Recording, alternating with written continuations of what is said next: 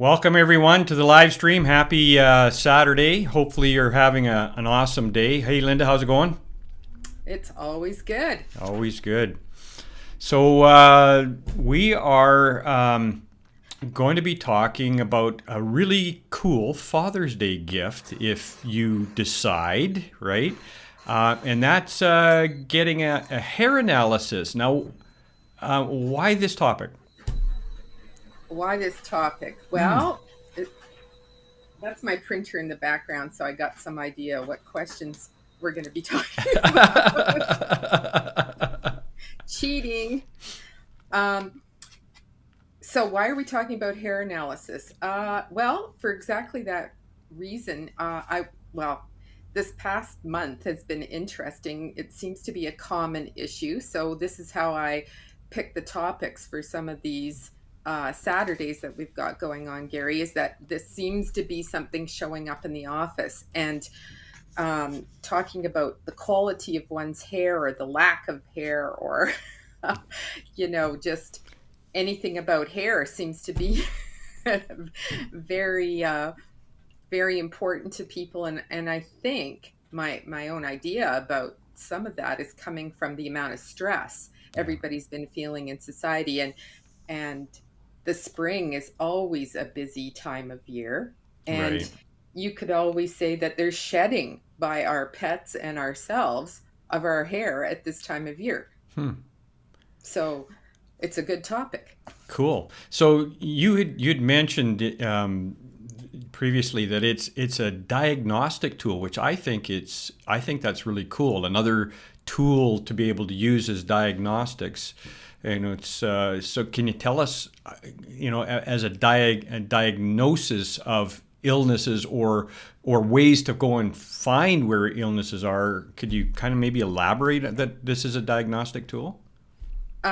Sure. The avenue I was going to take is that we do have this beauty enhancement awareness of our hair. So, Mm-hmm. talking about the quality of our hair and how it looks, like shininess and its availability, Right. was one avenue I wanted to touch on a little bit today. And then the other was this diagnostic aspect of hair, how useful it can be as a tool. It's not truly diagnostic. So, Oh, okay. this is not something that we would, you know, put all our eggs in one basket and say, this is what my hair analysis came to reveal, and now I'm going to go and do this, and this Right. Yeah. based only on that. So it's a comprehensive picture that you're building to get an idea of what's going on, and the reason why your average practitioner does not look into using hair analysis as a tool, whether it's a medical doctor or your chiropractor or whoever, is Sure. just because they're not familiar with it. Right. Right. Yeah, that makes sense. They don't know how to use the data. They don't know what the data means, and they question just because they don't know about it whether it's actually valid or not, which is not a good reason at all. Yeah. Yeah. Because there's many studies out there that indicate that this has been helpful in looking at a variety of different things that can be going on in the body. So why don't other practitioners use that as a diagnostic tool? They're just not aware. It's the familiarity. Like, they're used to doing a blood sample, which Right. gives you an idea of what's happening in that moment in a Mm-hmm. very narrow compartment. Your blood does everything in its power to keep everything the same. It's a very narrow range. If you look Right. at your blood work, what exactly is um, the calcium, the magnesium, the potassium, the hemoglobin, what is exactly there? And the ranges are fairly tight Yeah. because they don't want any drastic change. So your body metabolically will uh, ensure that it stays within that range, but it doesn't mean it's not depleted everywhere else outside of the blood. Right. Because it's trying to keep this balance. You're getting a snapshot, but it's not a complete picture, is what you're saying, right? That's right. And another method of measuring uh, minerals, you could say, or toxicities, is through the urine or through the bowel. And again, it the guys at the lab are explaining this as, yeah, well, that's interesting too. However, it's after the fact. So it's after all the processing in the body, this is what ends up in the urine. So you have Right. to do other extrapolations Right. and assessments based on that, whether it's urine or poo. Yeah. You've got to make some assumptions. Right. Whereas the interesting thing about hair analysis is it's deposited in their contents are there from sort of a 3 month window, Mm-hmm. they say. Okay. And I like to think of it as a month, because when you do a sample, you're supposed to take it right from the root. So most people grow anywhere from a half inch maybe to an inch in a month. Right. And so you're getting the 1 inch from the root assessment of what's been going on in the body, and where is this material being deposited Right. in the tissue. So you can't take a chunk of your meat or your muscle to Yeah. assess that. So, fingernails they're more difficult to break down. So Mm-hmm. hair is more easily washed, is the term they called, or processed, Right. to break down into all the little constituents that are present in that hair tissue. Let's call it tissue. So here's what this looks like, folks. This is what a typical hair analysis looks like. And Linda, maybe you want to talk about this result that you receive. Right. So this one is from the sort of an occupational hazard, a welder who had a lot of exposure in his uh, career. And as you can see, there are many red lines. And in the first compartment, we're looking at heavy metals that are present. So he's got lead and cadmium as the biggest concern, and some aluminum and antimony as well, and barium. So as you see, the weighted toxicity for his body is very high. That red bar at the bottom of that compartment is rating Mm-hmm. his situation as extremely um, harsh. Right. So then we look into the macromolecules in that compartment. We look at then the electrolytes, which is the sodium, potassium, to see how he's managing his stress and his kidney function, because potassium and sodium will affect fluids in the body as well. So this will give So us an so this indication. so this is the red bars that you're talking about right here, right? Yeah, way to go with the arrow. That's right. I'm going to grab that arrow off you sometime. Anyway, so then the next compartment is showing that we've got This one here. storage. Yeah, the cofactors are the more micro minerals that make a lot of the enzyme, actions and metabolism go. If we Mm-hmm. don't have enough of those, we can also interpret this as an excess can mean that there isn't adequate amounts available to actually do metabolism. So from this type of test result, we have to assess with other factors what exactly may be happening in the body. I mean, it's pretty obvious that lead and cadmium, etc., are accumulating. So it will be impacting the microminerals, as they often tend to displace some of these micronutrients. And therefore, we are not able to do detoxification pathways properly.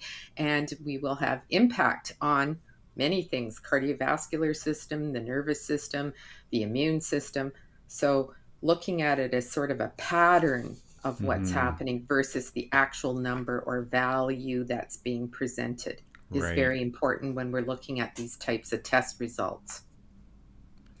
The thing about addressing this in this individual is that we have to know that we're going to start a program of chelating out some of these minerals, and there's an Like intravenous. the lead up here and the cadmium. Yeah. That's right. So we either use an intravenous program, or we can do a slower methodology depending on the individual, depending on the pocketbook. Numerous factors have to be taken into account, or we do it with with an oral formula that Right. can take some time, but still gives us good results. So we have to plan on, if you're going to do one of these tests, what are you going to do with the results? Are Yeah. you going to address it? And then you have to follow up with another test to Right. see if you're on the right track, things are moving in the right direction, et cetera, et cetera. Yeah. So do you like, so say somebody gets their results, they you put them on a program, and then based on that program, when you feel okay, we should have decent results, let's take another snapshot. And would that be like 3 months, 6 months? I guess it depends on the individual. How would you diagnose the next snapshot?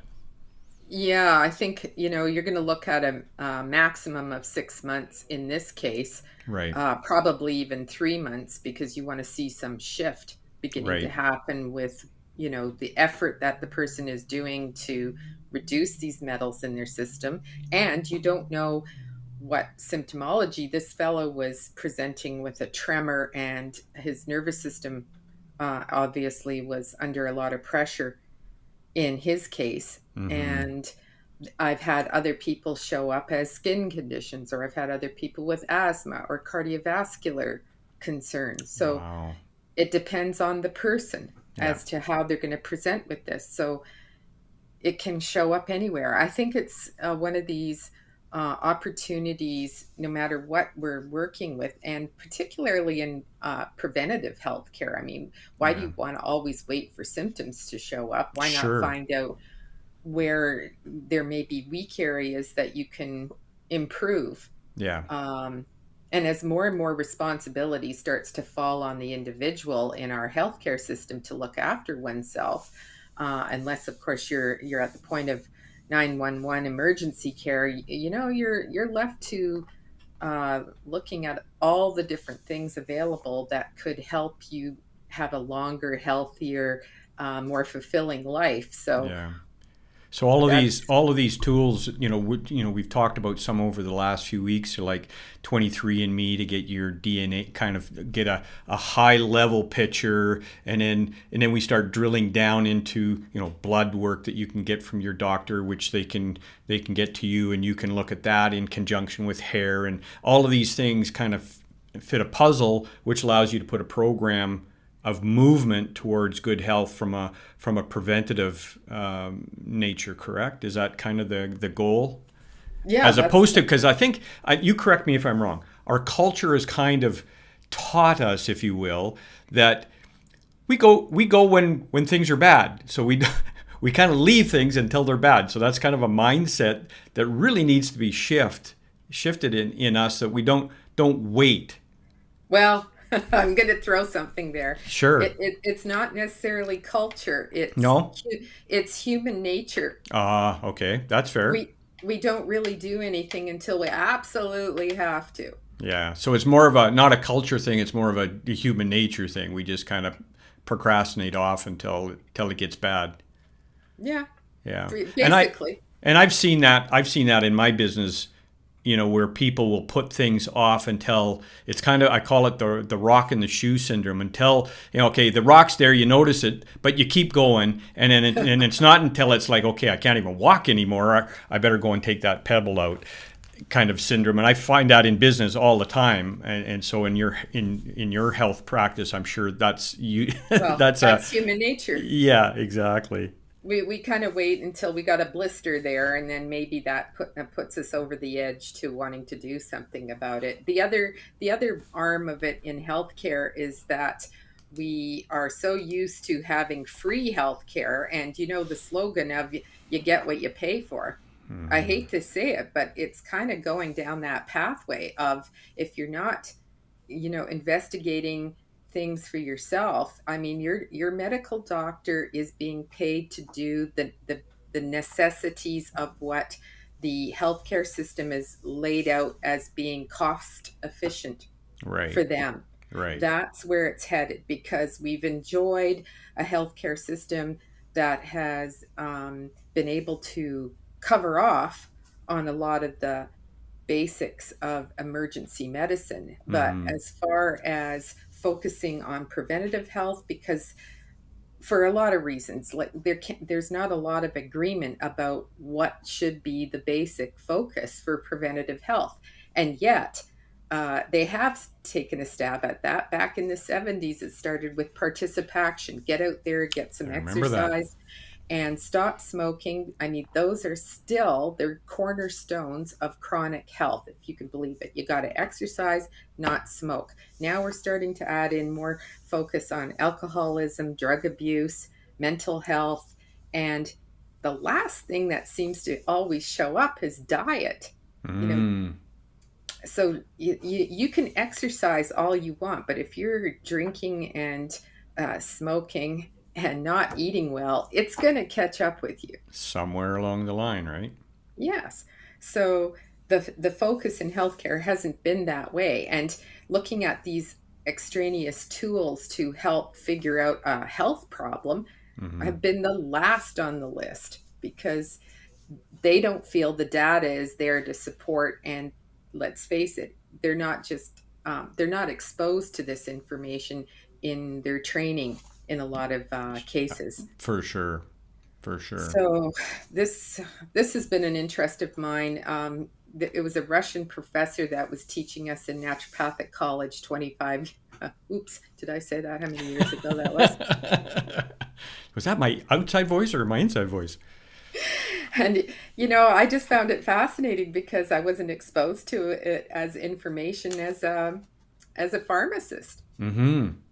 Yeah, that must have been interesting as a pharmacist to see all of these other things that could add to what To you do. understanding. Yeah. Yeah, so people can get an idea as to, oh, you mean I should be worried about this?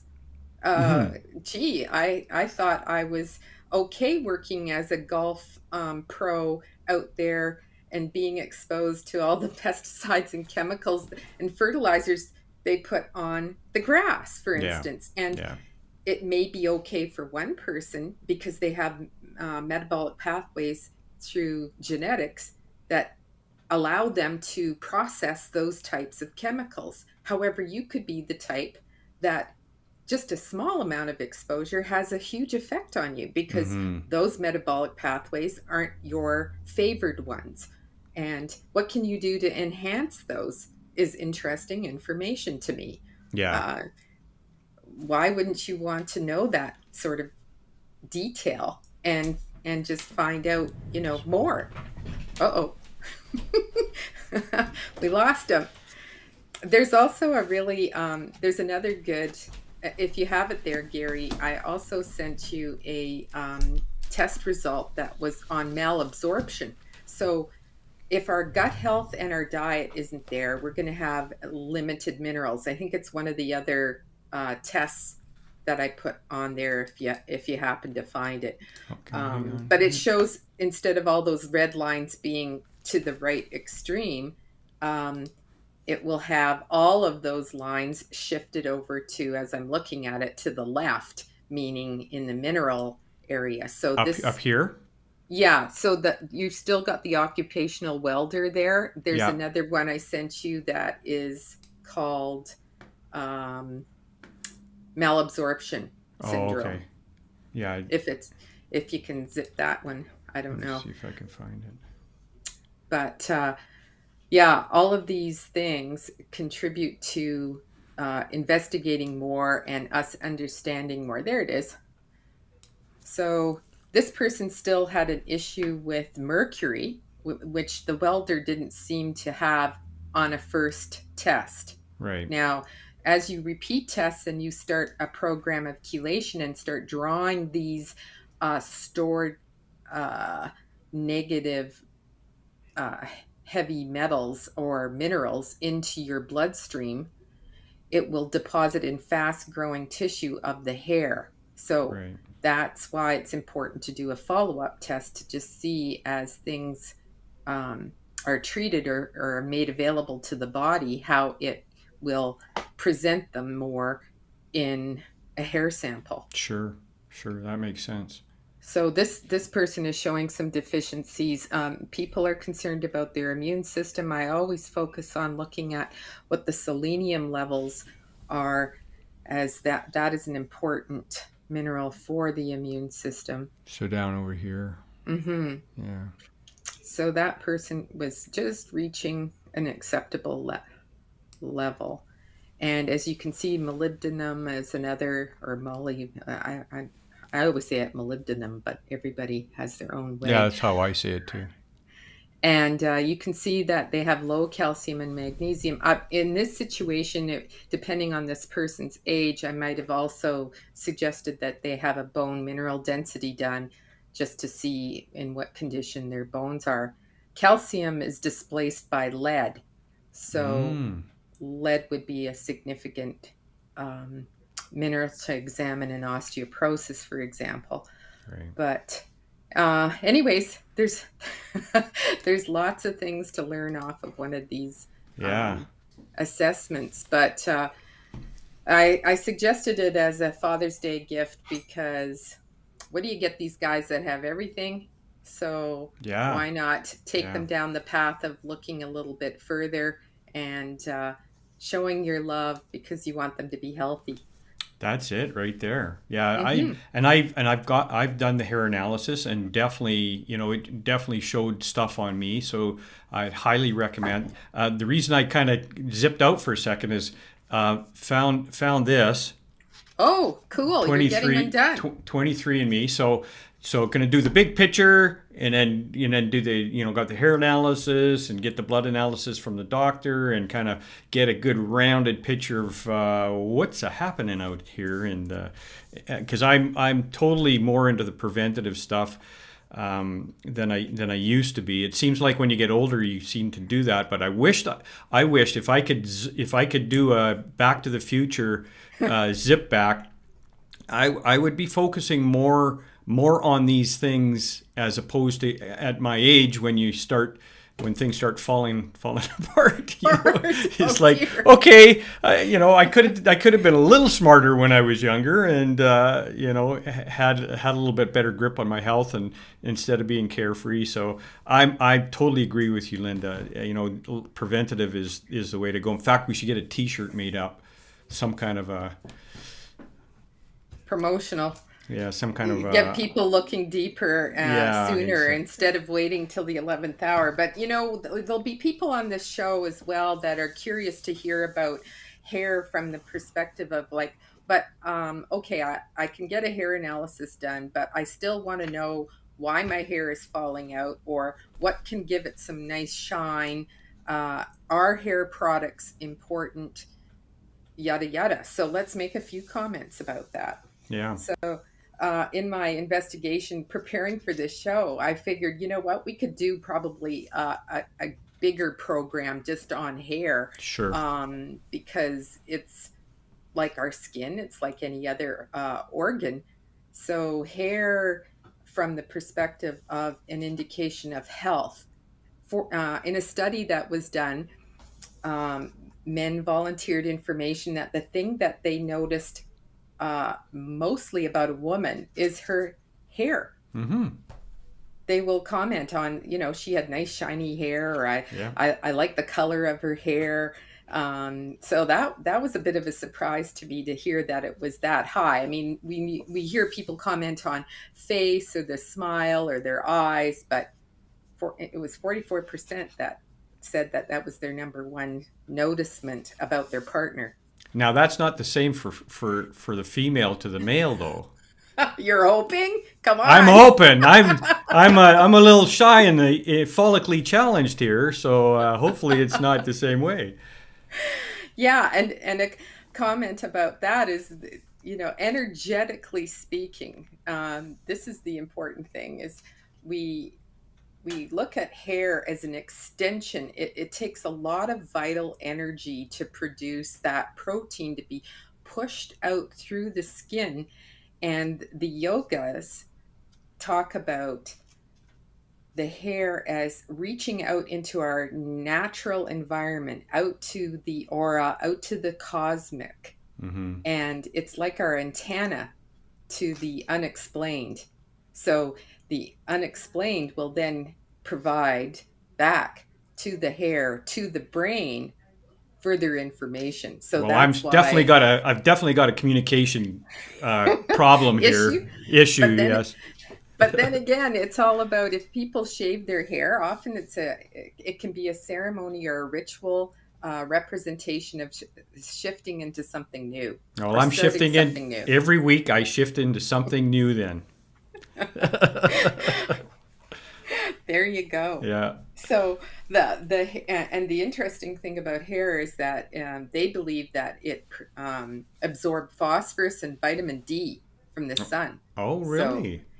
bioenergetically, it also added to your physical uh, well-being and Mm-hmm. also the aura. Right. So, and if you notice, hair grows on other parts of the body, often associated where there are a number of glands, and they believe that there was a direct hormone relationship. So, when you think about the pineal gland, the pituitary gland, um, these things are also significant in our overall health, and it's bioenergetically supported by hair Mm. located near these glands, Oh, whether isn't that they're interesting? exposed to the sun or not. The hair that is exposed to the sun communicates throughout the entire body, and that's how it will influence hormones. Oh, interesting. And men will grow a beard, and the pranic nerve or the energetic nerve is associated to the chin, and men are extremely sensitive to the moonlight, and so it was recommended that they always have a beard to protect them. Hmm. I can grow a beard. Don't have a problem with a beard. And here's another tidbit of history when I started looking more and more into this. Genghis Khan wanted all women, when he had pillaged an area, he made all the women cut their hair so that they would have bangs, and the hair would cover up the area of the pineal gland. And he believed that by covering the pineal gland with the hair would then make them more subdued and more easily controlled. Oh, So, wow. so Interesting. that's the history of hair and bangs and all of that great stuff. Now, going back onto the questions that I had received from people about, well, look, what if my hair's thinning? What does Yeah. that mean? And some people can experience a period of shock or stress or trauma. Hair will fall out on account of that because the minerals are then not put towards producing the hair, but required and used up by the nervous system and the digestive system. So there's a hierarchy of importance, and And it so gets directed that way. they're just not putting that energy into that one spot. It's pulled back into another area. That That's right. still amazes me that the body does that. That just still blows me away that it can shift its resources to where it needs it. That's just amazing. Yes, yes. And they say that, omega 3s and proper essential fatty acids are best for having nice, lustrous, and shiny hair. Now, also, products that we put on our hair will affect. If we do extreme bleaching, your hair is going to fall out Hmm. potentially. It's a shock treatment.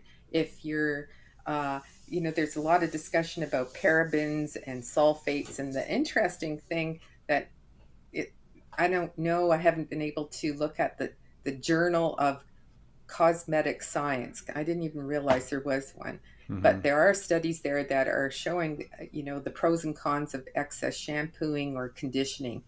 And obviously, if you over product and over dry your hair, you're going to have split ends, Hmm. breakage, dryness. It doesn't necessarily always indicate a health concern, although for me, that's where I would start, is looking at what is the person's thyroid health, what's their digestive system. It you know the external is always represented by the internal, Right. so it makes sense to make it a tandem addressment. I mean, it's easy to just buy a shampoo and pour it on Sure. and think that it's going to improve. It's much more difficult to do an analysis of what's going on inside and how can we improve our hair. And then we have to wait for the hair to grow so that Yeah. we can see the progress of improvement. Right. Hmm. Yeah. Exactly. Oh, that's But interesting. Lots of different ways to look at hair loss in women and men, not just from a hormonal perspective, but also what's going on with their diet, their stress, their digestion, products that they're putting on. Yeah. Many different avenues.